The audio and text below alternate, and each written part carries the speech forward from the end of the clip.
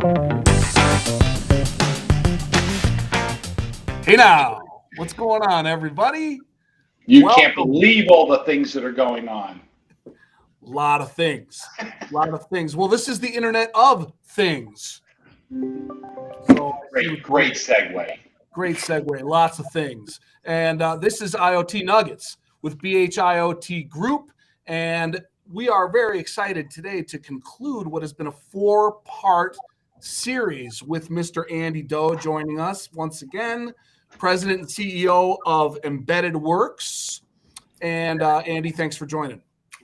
Pleasure to be here. Thanks for having me for a 4th time. This doesn't normally happen even at award shows. So thank you. How about that? Well, you must be. We all must be doing something right.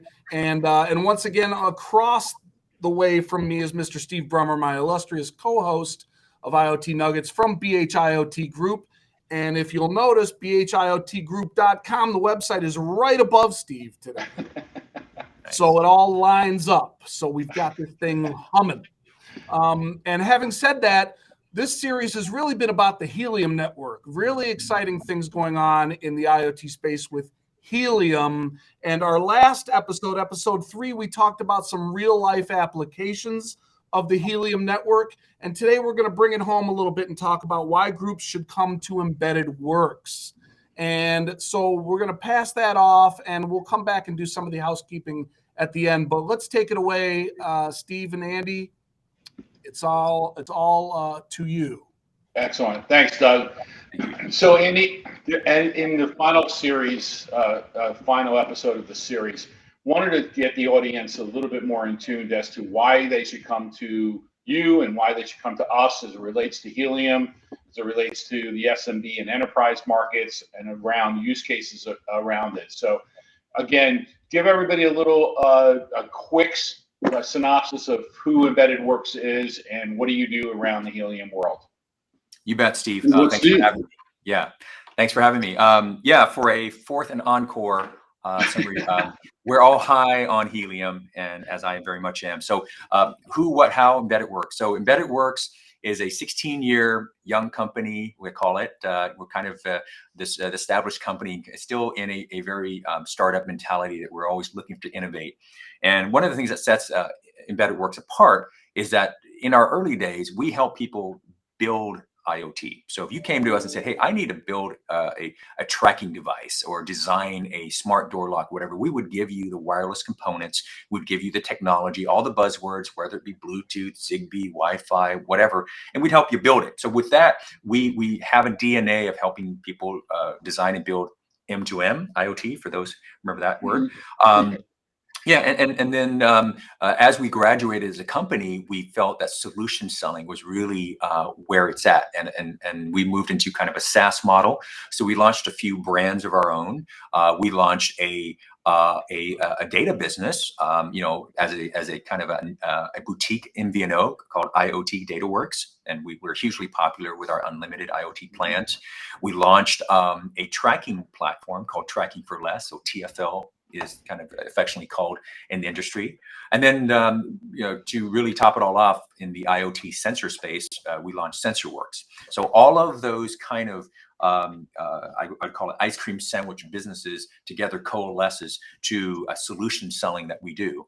And these days, a lot of companies are looking to be IoT relevant, and they need folks who've walked the walk and talked the talk and all that, like yourself, Steve, and myself, who've done IoT and MTM for a long time. So that's where I'd like to put impression in folks that we can help with IoT solutions, soup to nuts, and then we'll talk about Helium.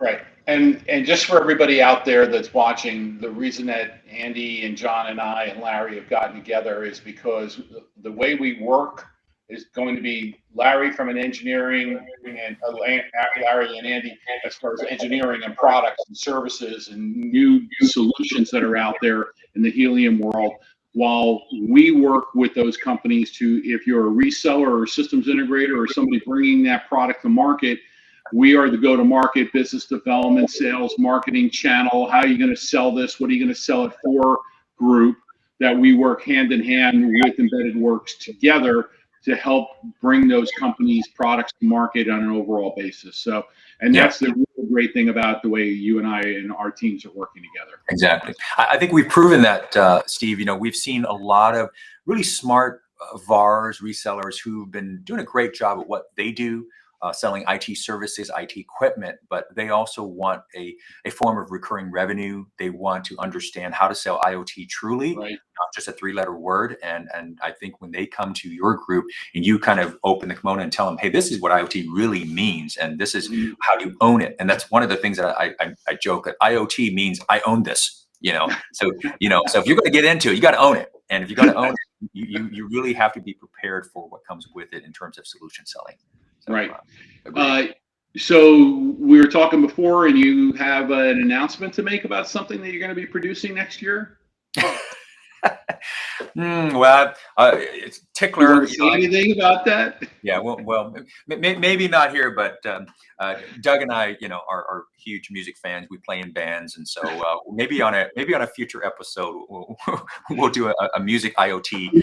Can you imagine that the IoT Nuggets brings you the dueling rock and rollers? I mean, coast to coast, baby. I love it. On wirelessly enabled hotspot to be able to bring it down. So very, very cool. So those are two Andy, things. One last thing I wanted to ask you. So since we started this, the feedback has been phenomenal. The other episodes that we've had out, but people are really curious and wondering about how Helium can work in the SMB and enterprise space. Can you I know what the conversations have been like on our side. What has been some of the discussions you've had? Yeah.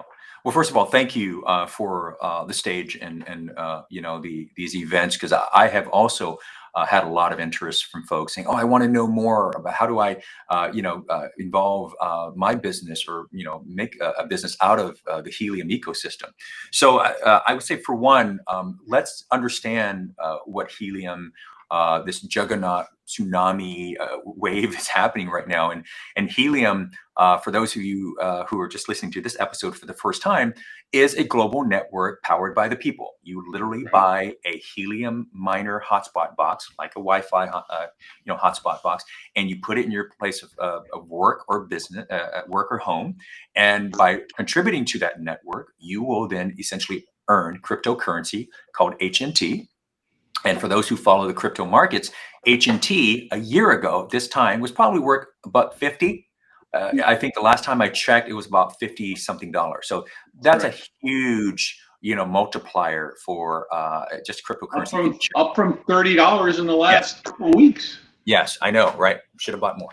But so for one, there is this movement of this appetite for the HNT coin, and to contribute from that, and also mine passively. When I say passively, other than you plugging in power and maybe putting up a little antenna connector, that's it, right? It is probably the easiest way to mine crypto, that I have ever seen, and that's why it has grown from last year, 11,000 hotspots around the world to now a whopping 350 something thousand, to now a backlog of another 500,000.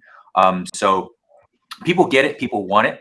And to answer your question is, now that this network is out there, it's got to be used, right? And at the end of the day, this is a LoRaWAN, at least starting, carrier network. And there are other that they've just announced that they're going to start getting into 5G, as a similar model. But this is the world's largest, potentially LoRaWAN network.